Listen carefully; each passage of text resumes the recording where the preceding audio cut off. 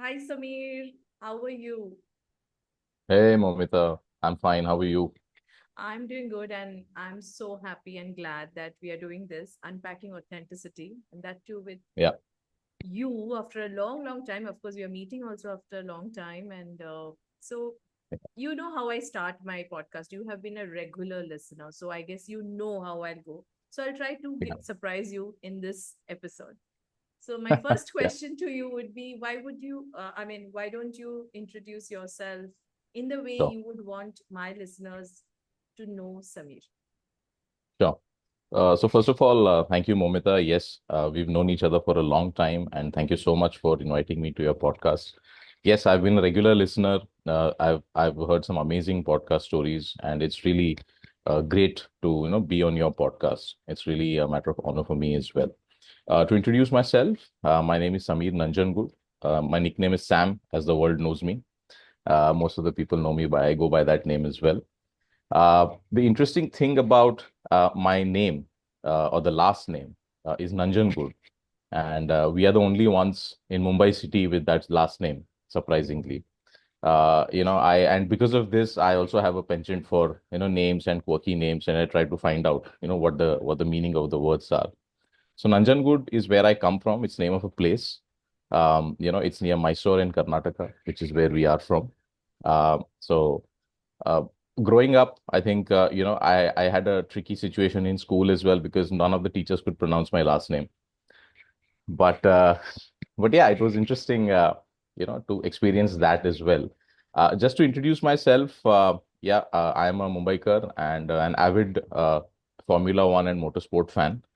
I also have worked in the automotive space throughout my career, and it is because of my inherent love for all things on wheels, but now specifically more on cars.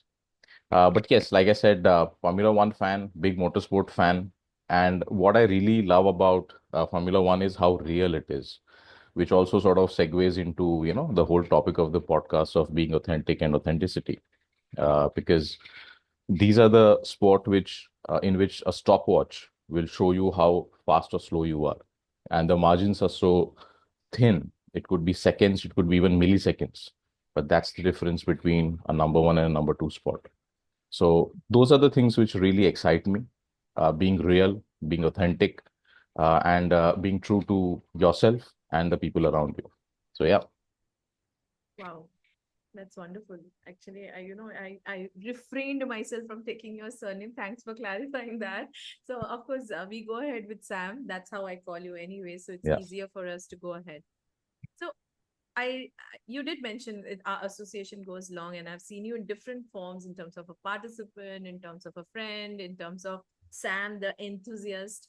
So, and you also come across extremely authentic in each role that you play.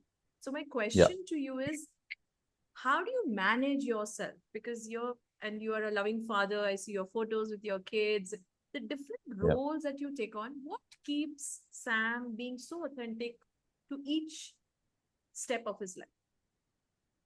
Uh, that's a great question. And, I'll just dial back some time to give you and the listeners and the viewers a context. I've started playing sport very early on in my life. And that is what, sort of I feel that formed my personality, formed my thought process. Because when you play a sport, and when I say sport, it's a competitive sport, right? You have an opponent as an individual or as a team, and when you play a sport, you there is no pretense, there is no behavior wherein you can try to be someone else. You are who you are, behavior wise, performance wise, which is very real, right? And the most important thing that I would say is, for me, has not been winning, but it has been losing, because losing has taught me so many things. When you're just at the finish line and you lose, when you come number two instead of number one, when you don't win, it teaches you so many things. So that is where early on from my childhood, it started that I started the phase of self discovery. Participating in various forums, participating in various competitions, the way I saw it is trying to discover myself, even at an early age, because that is what shapes your thought process. That's what shapes your opinions about things, about people, about their behavior with you as well as the world. And I'm thankful to God that He has made me an observant person. That I try to observe as many things as possible and learn from them. But coming back to your question, yes, that is how things started shaping up very early on in my life. Then through school, of course, we have parents, and being authentic, being real, being what you are is obviously a lot to do with the values, your upbringing, your school, your friends, and so on and so forth. But just try to be yourself, across multiple situations. And I would like to elaborate on this. You are what is the only constant, right? So in there's a very famous management quote that change is the only constant. So things will keep changing, but you need not change along with that. Yes, you have to adapt yourself to various situations. But obviously, I'm the same Sam who's talking to you right now, who's talking to his colleagues, who's talking to my kids. But of course, the adaptability is different. You know, so I think early on, having all these experiences, set me up for observing people, trying to understand, how a particular person behaves in a particular situation, observing how I need to adapt to a particular situation, and make sure that I keep the needle moving. So that's how I would answer it. Full and also powerful. I love the way you say, you remain constant. Yeah, Things around you keep changing, keep changing. Yeah, and we have spoken offline on this and of how to be the way you are.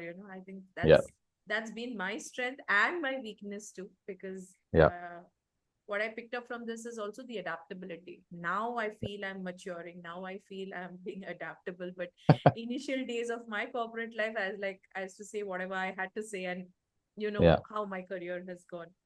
yeah. So No, that's fine, but that's absolutely fine. I mean, you have to be what you are.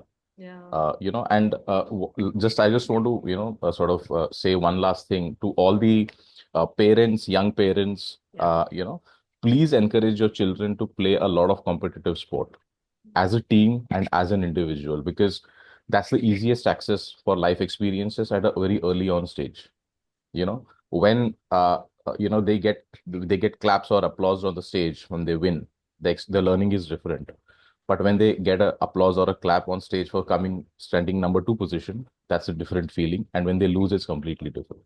So that is what early on is something that we owe this to our children, to shape their personalities and shape their authenticity, values, and systems. Yeah, very true. I mean, facing failure at an early stage, I guess, also gives us a different perspective altogether.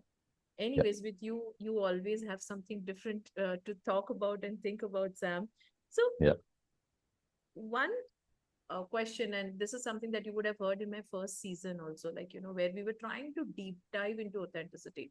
Why have yeah, we made being authentic a huge task? yeah, It's like just live your life and that's it. So, being the way you are, Sam, I'm sure personally and professionally, uh, although you painted it very easy and simple, it would not have been, because staying true to yourself may yeah, not be very easy, especially in the professional setup. So, absolutely. any piece of, I would say, any sharings or advice that you would have, I want to use the word advice, maybe suggestions for people Yeah, who are struggling today to be authentic, especially in the professional space. yeah. No, absolutely. I think again a great question. Yes, as you go through your early stages of your career, your life, you keep meeting a lot of people, and obviously we are in a world where we interact with people on a daily basis. It could be the moment I step out, it could be my driver, it could be my boss, it could be my colleagues, it could be my juniors, it could be my parents, and so on and so forth. So what I would only suggest is, we have to understand, of course, be respectful to everybody. That has helped me a lot, even if it is, office boy, or even if it's, my seniors, even if it's my, kids, if anybody, right? Be respectful, number one. That has helped me as a, that's a suggestion I give it to everybody. And it has to come from within, right? You cannot pretend. Even if you're angry, be respectful. Even if you want to express displeasure, be respectful. A simple thing that, and I think you know it, that I always address any person with a sir or a ma'am, and I have got a lot of flack for it as well, that why do you address it? But that's my value, that's me being myself, right? To all my juniors, even when we speak in Hindi, I always address them as aap, because that is what that's how my value system is built in, and that's my authentic movement. But I think, to come back to your question, I think some of the common challenges, which I have faced, or most people face on a day-to-day basis, is one is, I think, pressure of social expectations. You know, Um and I can be authentic. I can say that yes, even I have undergone that. But very soon you realize that when you are changing yourself for the world, you are not being honest, and you're not enjoying it as much, right? So what I would say is that, don't buckle under the social pressure or peer pressure, as we call it. Be yourself. You need not follow the herd. That is something that has kept me. Of course, yes, I have undergone those learnings, and now I have, like you said, maturing and carving out my own path. Stand up for yourself. Even if it's because what happens is there is also this fear of judgment, right? And all of these come back to your personality, how your personality has been set up, what your experiences have been, and with that comes a lot of self doubt when these experiences happen, right? So how do you address those things? Because it's hard to be authentic when someone isn't fully confident, or what they stand for, right? So those are the experiences, I think, I've had. And what I would suggest to the listeners or the viewers is that, be yourself. All these things will keep coming around you, but it's important that we address this first, to recognize that I'm undergoing this, right? And obviously, how do I address it? Because if you have not been in that situation, it's a new situation for you, right? And it's all to do with, I mean, so we are digressing, but all to do with human psychology, how people think, etc. One regiment of the Australian army will not recruit you if you have not failed in your life, because they want you to experience failure, because that setting is no longer new for you, right? So I would say embrace rejection. Nothing wrong in that. I mean, we have seen so many people, so many stories, people who wanted to go big but failed initially, and then they got big. So absolutely nothing wrong in that. And lastly, I would say that we need to be balancing honesty with tact. It's important that we have to balance honesty with tact. uh, I obviously read a lot of books, read a lot of content, listen to a lot of people. And one thing that I always follow till date is, in a very Hindu and Indian thinker, Chanakya Niti, right? So he says that the straight trees get cut first, right? So being authentic doesn't mean that you are being silly, or you're being, very naive. Being authentic also means handling honesty with tact. Being true to oneself doesn't mean disregarding kindness or social awareness. We have to find the balance between honesty, sensitivity, those sort of things. So that's what I would suggest, to a lot of listeners. Connect to the straight tree of yours, that you're talking about.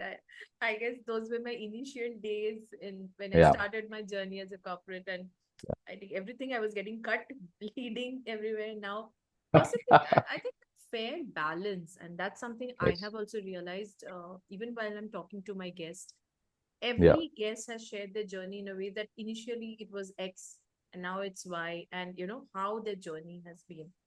So yeah, I love the way you say be true to yourself. So, in all your life stories, personal, yeah. professional, whatever, which moment do you still recollect as your best authentic Sam moment?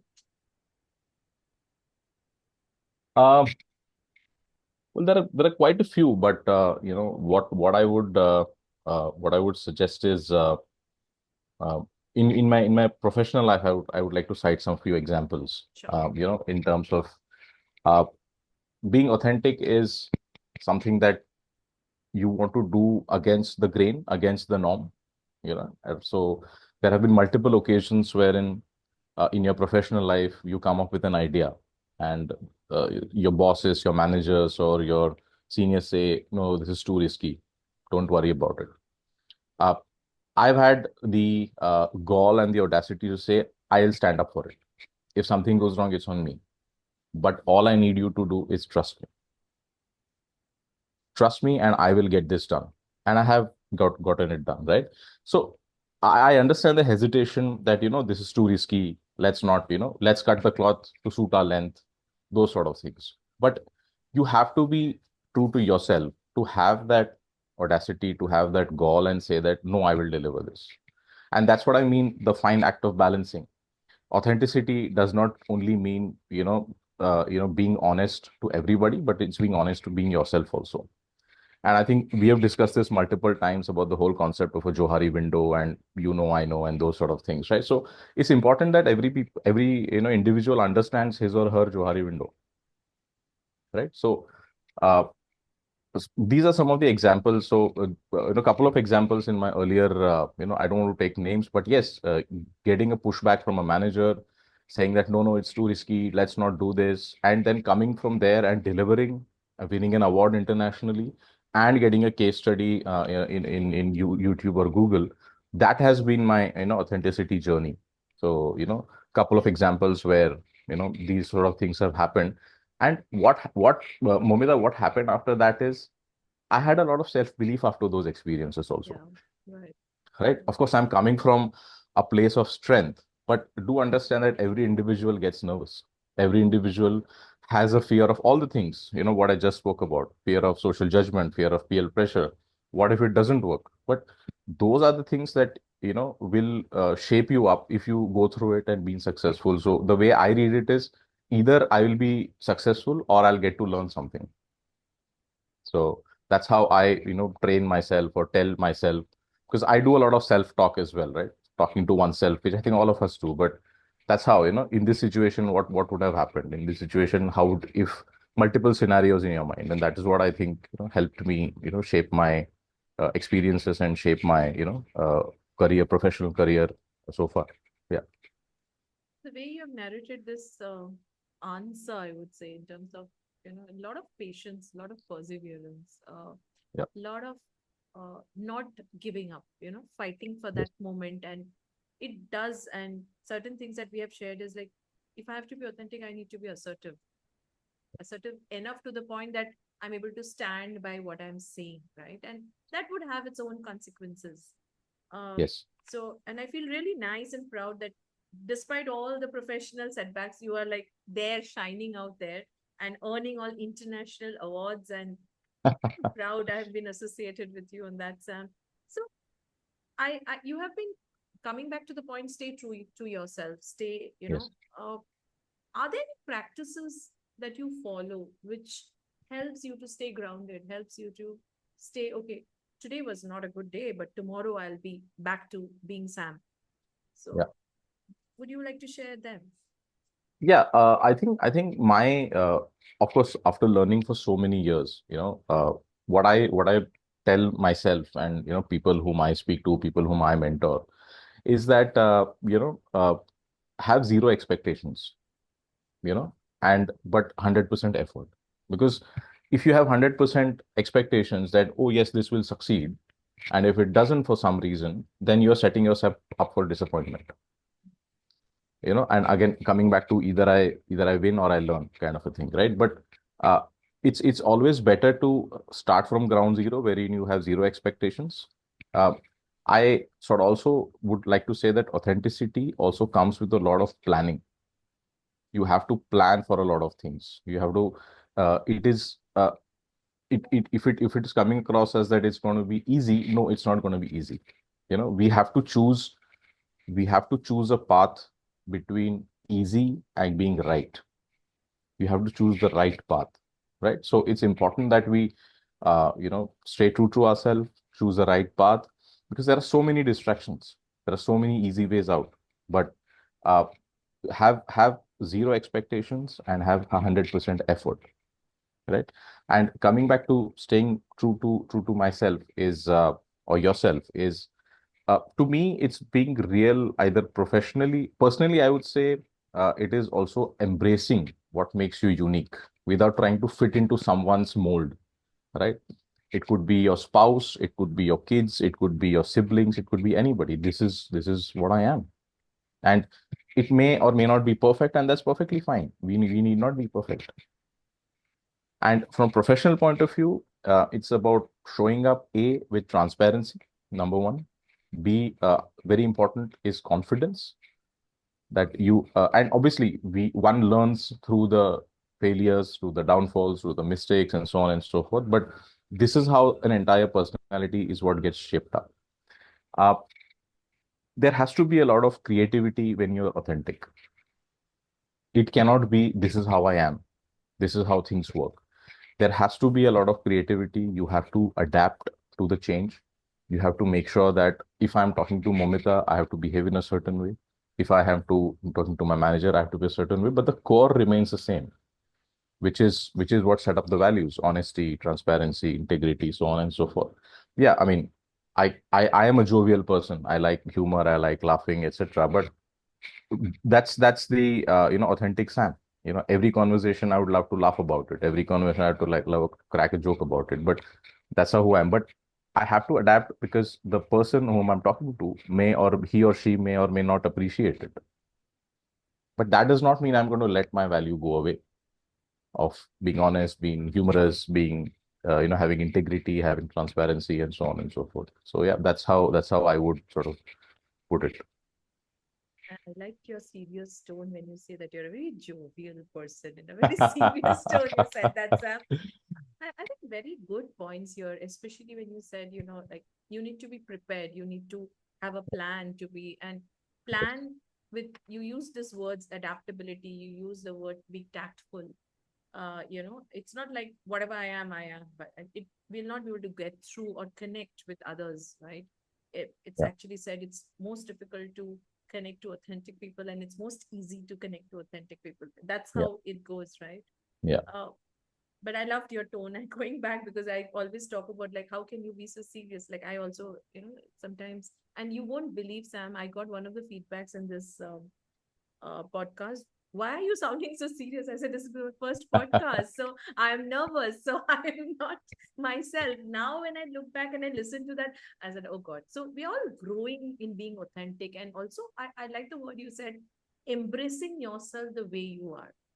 yeah, Uh, and these days, I've been into a lot of coaching conversations, and fear of failure has been one of the, in fact, I posted yesterday also on fear of failure. yeah. Uh, that's something that although I make up my mind and I'm okay, today I'm going to do this, but the moment that environment comes in front of me, I am not able to. Of course, Yeah. Sam, with your experience and maybe at the stage that I am in my experience, maybe things may look easier for us. But what about the younger guys? What is your take on the Gen Z, of Gen Z. them being authentic? Because that's the latest workforce. That's what we're Yes. dealing with. What Yeah. would be your experience, or what would you share with our listeners today on Gen Z and authenticity? Yeah. So Gen Z, I think, I have a lot of people in my team who are Gen Z, uh, you know, interacting with them, and, it's always a learning from them as well. For example, I've been of late learning some, Gen Z words. There is there is a new word called delulu, and it means delusional. Apparently, I had no idea, but that's learning. I think what I would like to share with Gen Zs, and which I keep sharing with my team as well, is that uh, if you're not authentic, right? If you're not authentic, you may please others, but if you are authentic, you will definitely please yourself, right? So be authentic to yourself. Please yourself first. Um, I see a lot of people in this habit of trying to, align, and in the mode of aligning with people, we end up keeping our alignments of values on the side. Please don't do that. You know, it's very important for the Gen Zs, because what I've also realized is that their trigger point is very quick. They get disturbed very easily. One difficult conversation and they'll get very, disturbed easily.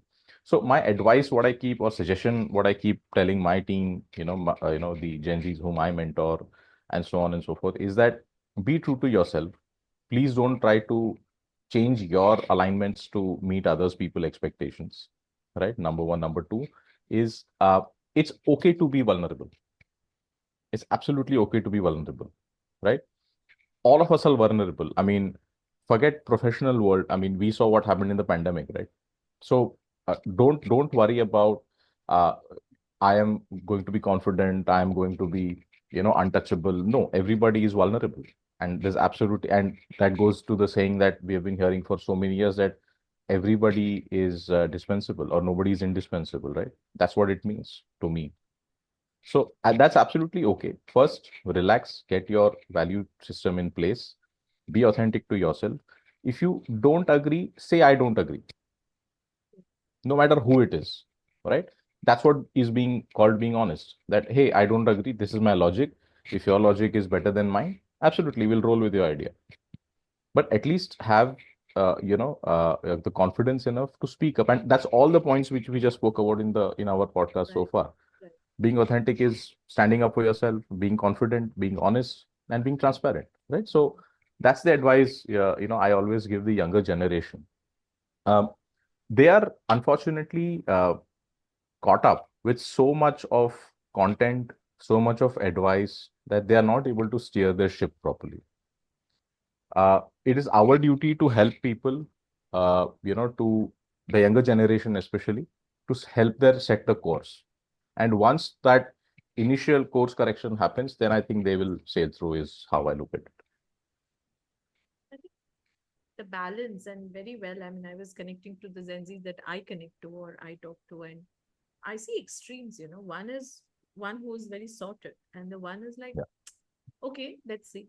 So Yeah. I liked your point when they're saying, trying to understand who's that authentic self they themselves are trying to, So on a lighter note, I do things to just, update, upgrade myself. And sometimes I Yeah. take these breaks, and I was telling my son, he's just done his 12th. So let's go somewhere, and, a particular place I mentioned. And he Yeah. says, I don't want to go there with you. I don't want to discover myself. So I said that place doesn't will not help you discover yourself. It's just to stay calm or just to go there. It's kind of a spiritual kind of retreat. He's like, no, that's Yeah. not for me. So certain things I find him very clear, and certain things I find, where is the clarity? So I guess journey with authenticity. When I was 17, I also didn't know what I was doing. So that's perfectly fine. So if you have to Yeah. come to the maybe the last bit of this entire conversation, Sure. do you follow, or is there an inspiration that you have, who has helped you guide to stay the way you are? So maybe someone you follow in your personal life, professional life, or certain traits that you see. Of course, I heard the sports story of yours, but is there Yeah. also someone that you follow? Yes, there are a lot of people whom I follow, and I obviously, open to a lot of learning as well. That you learn from different people, different phases of life, and obviously, a lot of people touch you differently.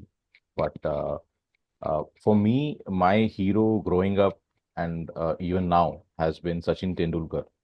Because he has impacted three or four generations so deeply. And there is a really nice video, which I would encourage all the people listening to the podcast or viewers who are watching the podcast to go and look for it. That how many times Sachin has actually failed and how many times he has come up. So the video is basically failure is the fuel of champions. So don't be afraid by for failing. That's absolutely fine.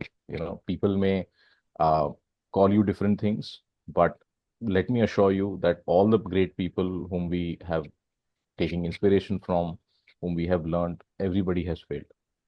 Everybody's journey is different. Yes, I mean the success rate could be higher in some cases, but it's an equal playing ground. Once you start performing, automatically you are going to go ahead getting noticed and things like that, but even then you will fail. So that has been my inspiration, and of course I take a lot of learning from him, as well as there are so many mentors in, in your lives. And another thing I would encourage is, just coming back to the point from an inspiration perspective, is uh, I see a lot of people, especially Gen Zs and even my age, working in a lot of silos. That is something that I'm absolutely against. I always believe that reach out to people, ask questions, and obviously ask questions with your point of view. Just don't ask question, Momita, I would always say, Momita, this is what I think. What do you think? And that's how it is. So that's how you'll, of course, while staying authentic, honest, and all those things, but that is how you'll learn a lot of things, get different perspectives. Obviously, when you talk to somebody who's much more experienced and senior, he or she may have undergone that experience already in the past in their life, and they may say that, yes, I had the same challenge. Why don't you, go a different route, and hopefully you'll not get that challenge. So that is again, what inspires me is talk to a lot of people, get coached by a lot of people, and obviously be always be open to learning. You may have some good experiences, you may have some bad experiences in learning also, because obviously, we have to request for people's time. People may not be busy, people may not be free, they may be quite busy all the time, but uh, that is what I would, suggest or advise to a lot of people, that talk to people, get in touch with people, and I always believe that people are more than willing to help if you ask the right way. Lovely. Thank you so much for that, Sam. And I started the conversation with saying that you have been my most regular listener. How does it feel to be the guest, and the closure statement should come from you, because you know how the podcast closes.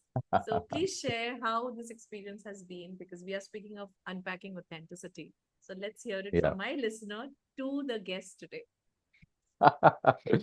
No, yeah. So first of all, I think the way I see it, Mamita, is that we've sort of walked this journey together. Right from when you started the podcast, I obviously, gave a lot of ideas, gave a lot of suggestions, how we can make it more bigger and things like that. And it's a great honor for me to come on your podcast, because I've been a regular listener. I have listened to a lot of my mentors on your podcast. I've listened to a lot of colleagues, ex-colleagues on my podcast.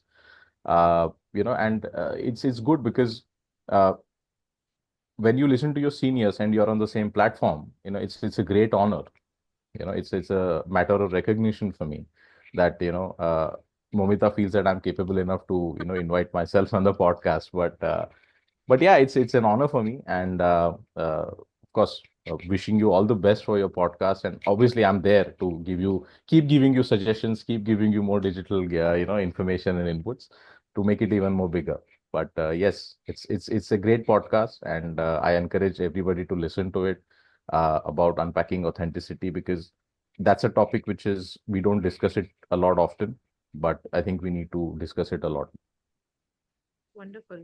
Of course, I didn't expect the appreciation, Sam, but I guess I'm very happy and to have you here, in terms of, there are a lot of people whom we come across, but there are very few people who keep encouraging, and that too consistently. I think that's something I really enjoy about you. Every time there's good or bad, you have been very tactful in giving me that feedback, and I have tried my best to incorporate whatever I can. Yeah, But yeah, that's a journey. And thank you so much for being a partner to this Unpacking Authenticity podcast series. And of thank you course, so much. listeners, Sam is well known as my digital guru. He keeps me giving tips. So in case you have some tips, definitely you can reach out. Very reliable digital guru. Thank you so much for that, Sam. And thank you so much for doing this episode with me today. Thank you so much, Momita. An honor for me, and I really appreciate the invite. Thank you so much.